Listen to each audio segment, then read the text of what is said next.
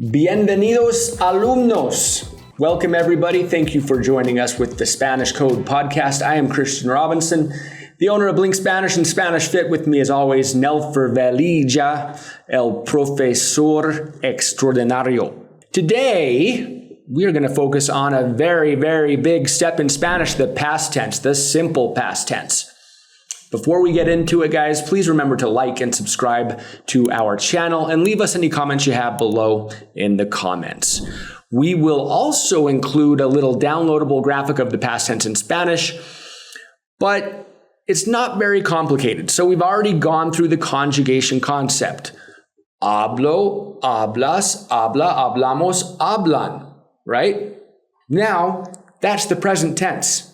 So I say I eat, como. But if I want to say I ate, okay, we have a new tense, and therefore we're going to have an entirely new code for every person. Yo, tú, él, nosotros, ustedes, ellos.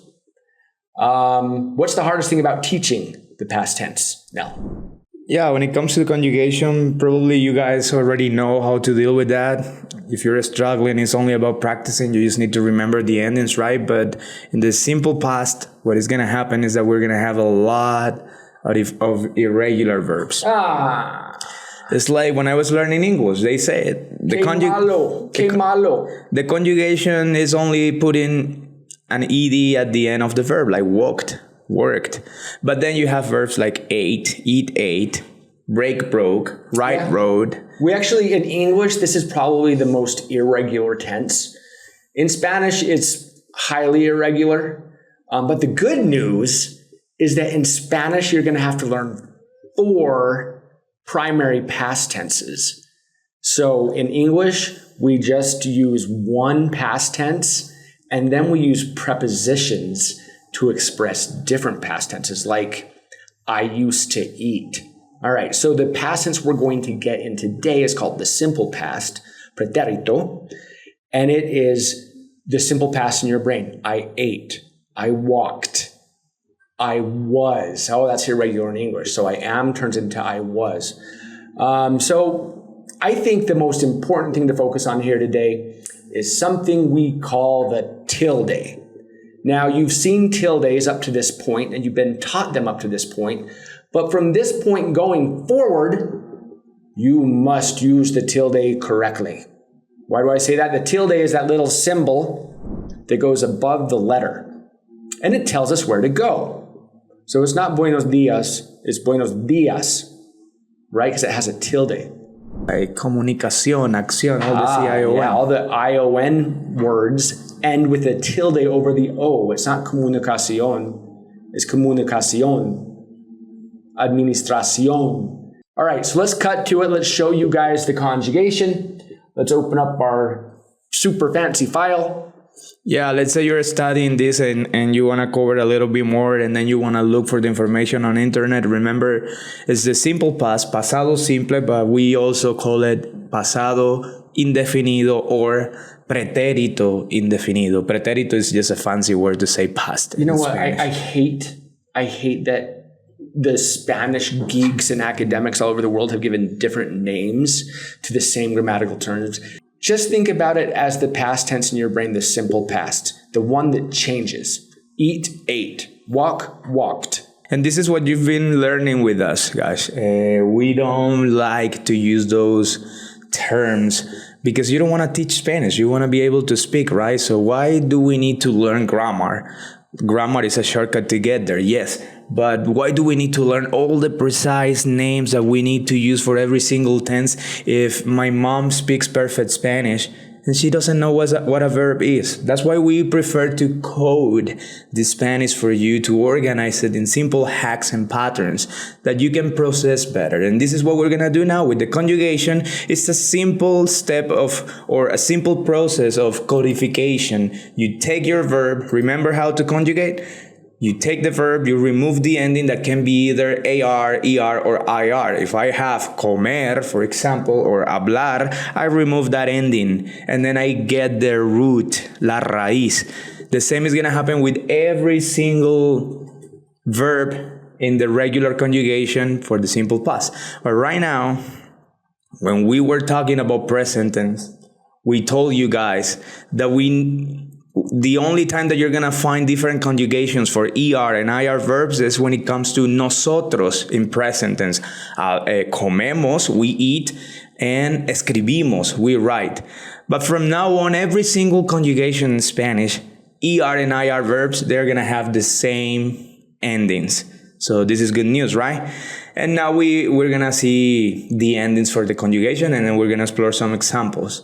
Okay, so remember, we take our full version of the verb, we erase the AR, and this is our new ending. So for yo. Yeah, in this case, we wanted to write only the ending so you can see it. You can have the chart. You're going to have it for as a PDF to download and practice by yourself.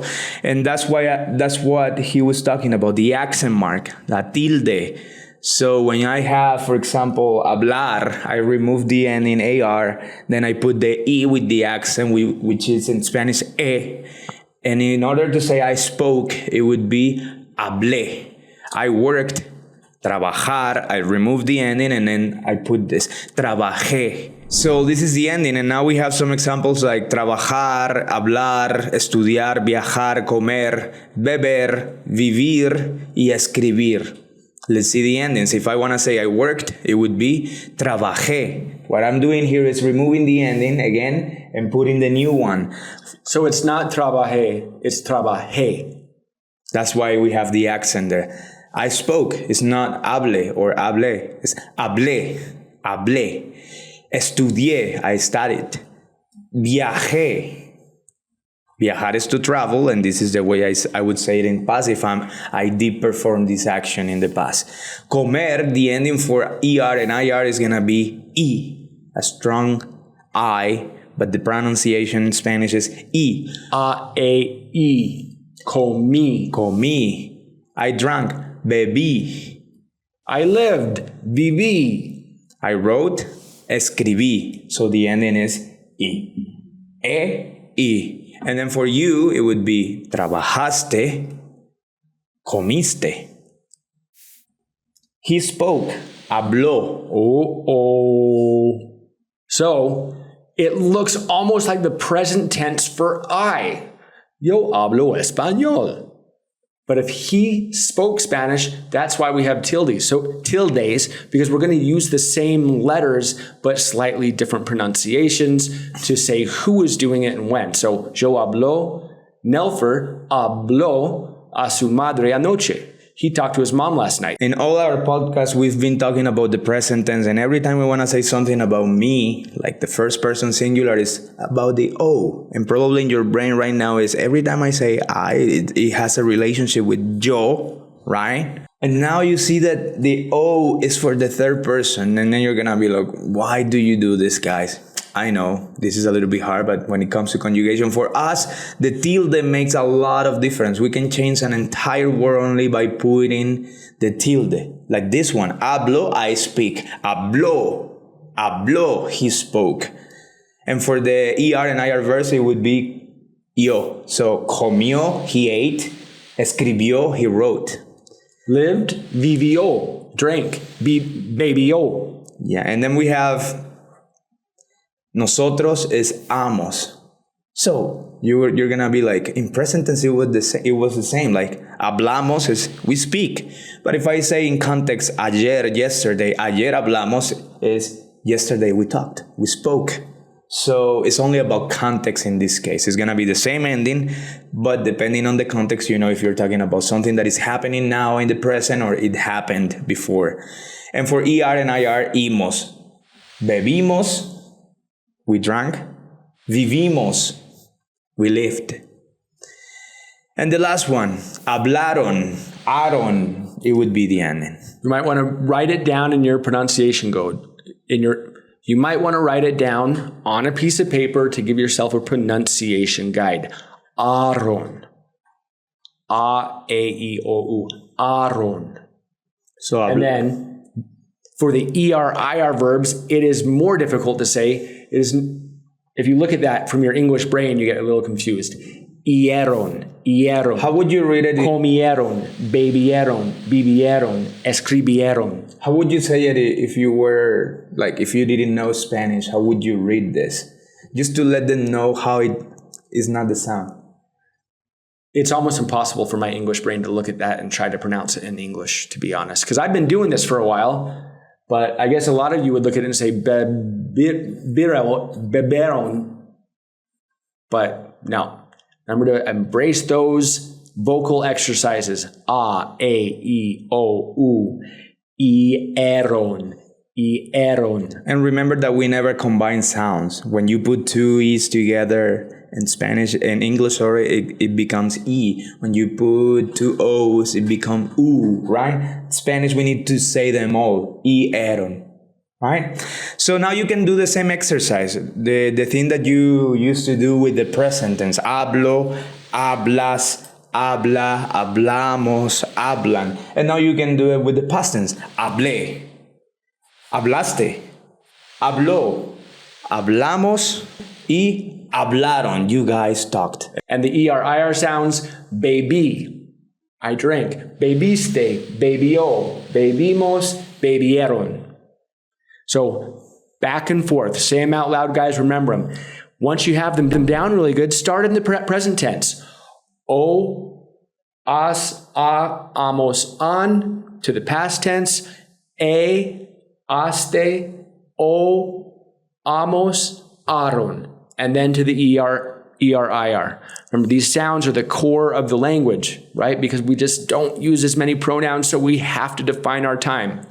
These aren't too difficult. We only have 10 codes here, 10 endings. You guys can do this. Yeah, and the same piece of advice I gave you when you were learning present tense, if you feel that like this is too much for you, make sure you focus on the important things, like what do I need to survive, to speak with someone, being able to provide information about myself, or being able to ask someone directly. So yo y tú. Once you can deal with hablé, hablaste, comí, comiste, then you can go with the rest. Okay, so we have the verb llamar, to call, right? So present tense, llamo, llamas, llama, llamamos, llamar, llaman.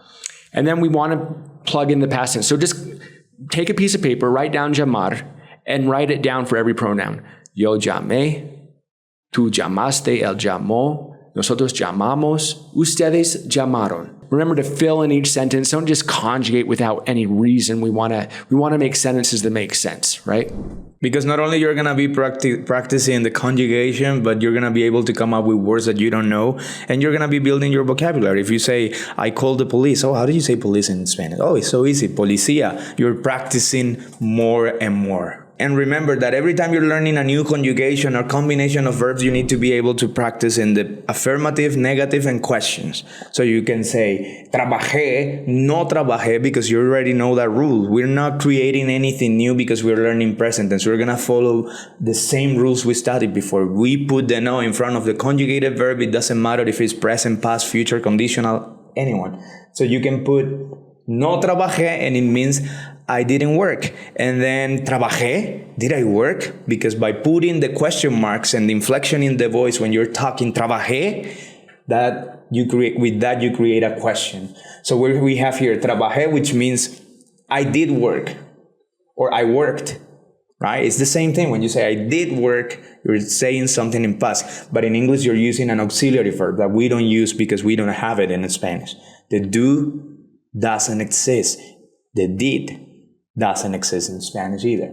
So I didn't work, only no trabajé. So the ending and the word no is creating for us in Spanish the auxiliary I didn't or I did not. It's most important when you get to questions, because whenever we ask someone questions, we never say, you worked last night? Not really. We always say, did you work last night, right? Yeah. So that did is just do, but in the past tense. So we don't use it. We're never going to use it. But yes, you can do this with all the verbs you already know. And if you come across a verb like decir, and you try to plug in our new endings, and it sounds weird, deci, no. So when you hear something that is hard to say or doesn't seem right, it probably is irregular. So we're going to have a lot of irregulars. We will do a totally different video that kind of focuses on a lot of the roots of the irregulars in the simple past. But today, we just want you to memorize the simple past tense and use your translator. Use Spanish Dictionary. And when you go into the conjugate tool and you scroll down to the simple past, if it's not normal, it'll be in red. So you'll be able to know immediately. Yeah. And we always like to put like context or sentences or examples that you might use in the real life. You're never going to be wondering unless you're drunk, like, did it work? I don't remember. So practice with you. Did you work? That's something that you can ask in many contexts. Like, ¿trabajaste? In English, you need 3 words. Did you work?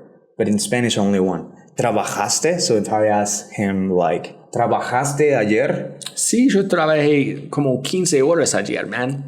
Just that one. Yes, I worked like 15 hours. Yesterday, you said, right? Ayer is yesterday. Ayer trabajé 15 horas. That's not a joke. I was up at 5 a.m. and I didn't finish my day until like 8. So 15. Yep. And a few more examples if you want to practice, and you're going to have the PDF. Remember to like and subscribe, and you're going to have more material, more videos, and more explanations. If you comment like one question, probably we're going to create a video if we find it like... All right, guys, so download the past tense graph below. And we will be back very, very, very soon to talk about some of our most common verb combinations and double verbs in the past. With that, remember to like and subscribe. Leave us comments below. Until next time, hasta la próxima vez. Nos veremos pronto. Ciao, ciao.